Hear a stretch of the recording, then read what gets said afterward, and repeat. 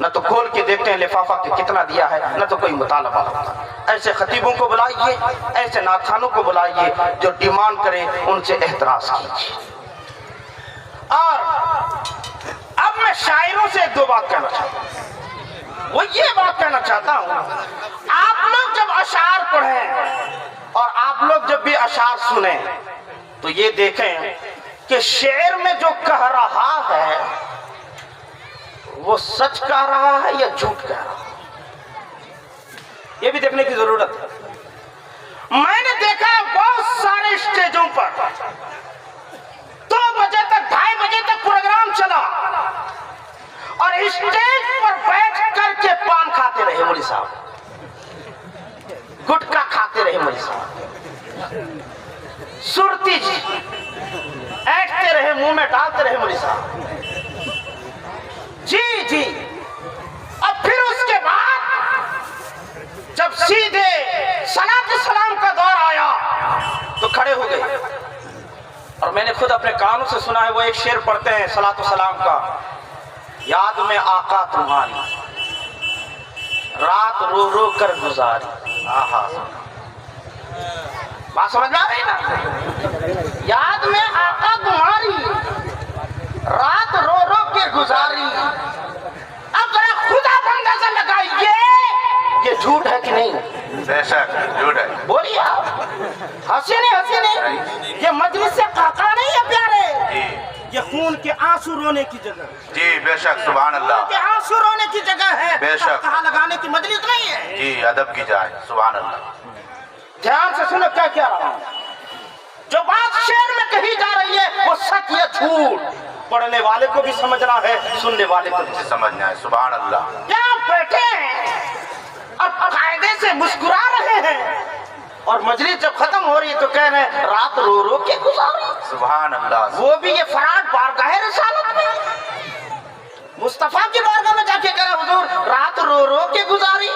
مصطفیٰ کی تو شان یہ ہے کہ وہ دل کے اندر جو خیالات ابھرتے ہیں، ذہن کے اندر وسوسے ابھرتے ہیں، مصطفیٰ اس کو بھی جانتا ہے۔ بے شک سبحان اللہ۔ آپ رات میں روئے ہی نہیں، مسکراتے رہے، ہنستے رہے، اور ادھر آ کر کے حضور کی بارگاہ میں کہہ رہے رات رو رو کے گزاری، سبحان اللہ۔ مجھے یاد آ رہا ہے فقیہ اعظم ہند شارح بخاری حضرت علامہ مفتی شریف الحق امجدی رحمت اللہ تعالی علیہ، بہت پائے کے عالم دین اور نائب مفتی اعظم ہند، بے شک سبحان اللہ۔ ہندوستان کی سرزمین پر اعلیٰ حضرت کے بعد سب سے بڑے مفتی اعلیٰ حضرت کے بیٹے مفتی اعظم ہند ہیں، اور مفتی اعظم ہند کے بعد سب سے بڑے مفتی کا نام ہے مفتی شریف الحق امجدی رحمت اللہ علیہ۔ 1 لاکھ فتویٰ لکھا ہے انہوں نے، 1 لاکھ، سبحان کتنے اللہ۔ فتوے؟ 1 لاکھ، 1 لاکھ فتوے لکھا ہے حضرت مفتی شریف الحق امجدی رحمت اللہ علیہ۔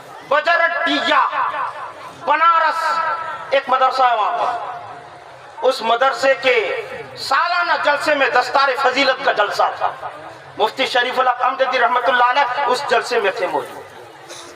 جب دستار لپیٹنے کی باری آئی تو آپ اسٹیج پر گئے، اس زمانے کے ایک شاعر تھے، نام نہیں لوں گا، یاد ہے نام لیکن نام نہیں لوں، جی ہمارا منصب یہی ہے، نام چھپا رہا ہے، جی لیکن پان کھانے کے بڑے آتے، بے شک۔ وہ بھی اسٹیج پر تھے اور پان خوب چبا رہے تھے، اور جب وہ دستار بندی کے بعد مفتی شریف الحق صاحب کے ناسیانہ کلمات ہوئے اور اس کے بعد کھڑے ہوئے، اب صلاۃ السلام، تو اس نے یہی شعر پڑھ دیا، رات رو رو کے گزاری۔ مفتی صاحب نے مائک لے لیا، فرمایا یہ سری جھوٹ ہے، جھوٹ ہے، یہ اسٹیج پر بیٹھ کر کے پان کھا رہا ہے اس وقت سے اور کہہ رہا ہے کہ رات رو رو رو رو کے گزاری، سبحان اللہ۔